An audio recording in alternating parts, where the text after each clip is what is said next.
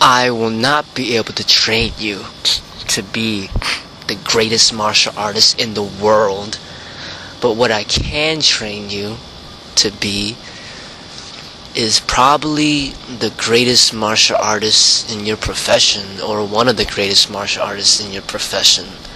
So meaning, if you work at a grocery store and you train with me and you get proficient, there's a good chance you'll be the best martial artist in that grocery store. Or if you're an accountant in some corporation building, there's a good chance you'll be one of the greatest martial artists working in that building. And that's the thing, you know, it's not about being the best in the world. It's just being about the best that you can be due to your life circumstances. If you have some type of medical condition where, say, your knee, you get knee pains when you run over a mile, you're gonna have to deal with that and just be the best that you can be with that medical condition. It's not about being the best in the world. You know, you could be, you know, when you're working a full-time job, 40, 50 hours a week, and you're married and you have kids, you know, and you're able to find time to exercise and better yourself in martial arts and become athletic. I mean, that's very impressive and admiring. Not everybody is gonna be having a profession where all they do is exercise all day. I'm not really impressed by people who all they do is just one thing. I'm more impressed by people that have multiple talents, not just one talent. Okay, you see a woman that's in shape and athletic, and she is young, in her 20s. That's great, but she's supposed to be in shape and athletic, so it's not really that impressive.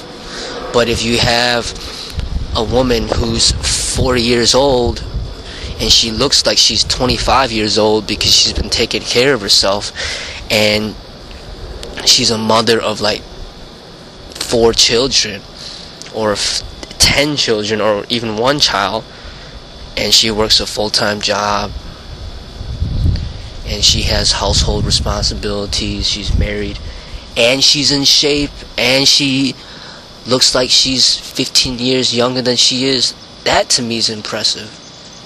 Not the 21-year-old who just has no other responsibilities and just finds some time to go to the gym every now and then and she's in shape. That's not impressive to me. She's supposed to be in shape.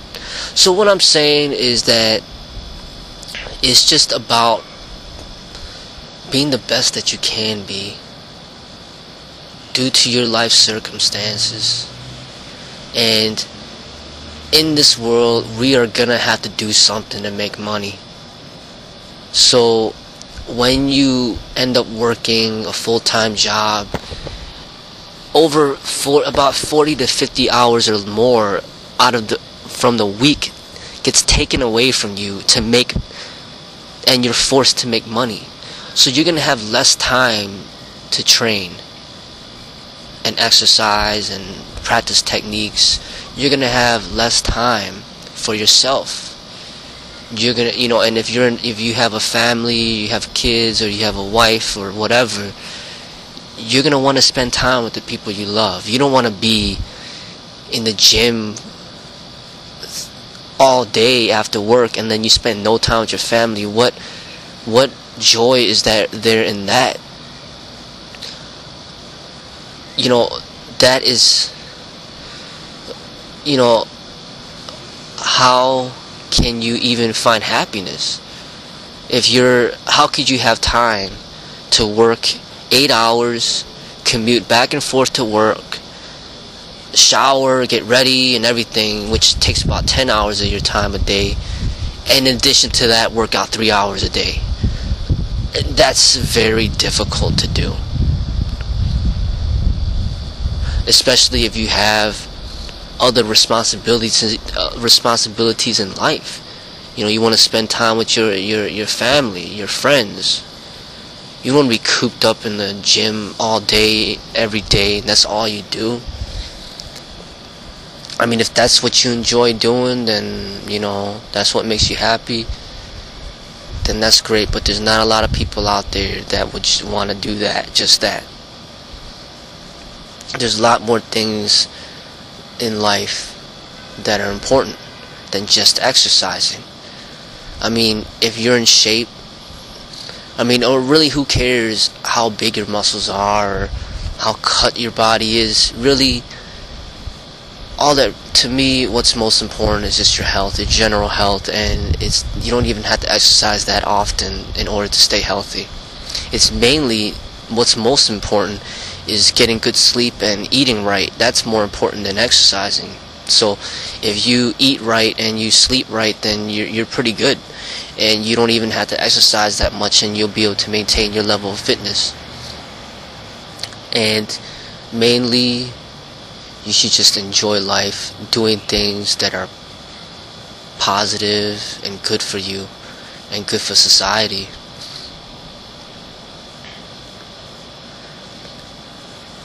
We will all end up having to find some way to make money to survive. And when it comes to martial arts, it can't really be turned into a profession. I do not see many martial arts instructors that are able to live from just teaching alone. I do not see many outlets where a martial artist could go. But what I've discovered is law enforcement is very closely related to martial arts. So that is one outlet where it is a career. And competition fighting is the negative outlet where you're exploiting the skills, furthering violence, and that is not good. But another outlet may be personal training. It does not involve combat techniques, but it is a very significant aspect of the martial arts. Fitness, health. So that is a possible career direction for certain people that live the martial arts lifestyle. But there's other ways to help people, and it doesn't have to, when you talk about martial arts, not about just fighting. There's many ways you can help people. If you become a psychologist, you can help people mentally, and that's a strong component of martial arts as well. So what you want to do is be able to help and contribute something positive to society while practicing your art. And that is what true martial arts is to me.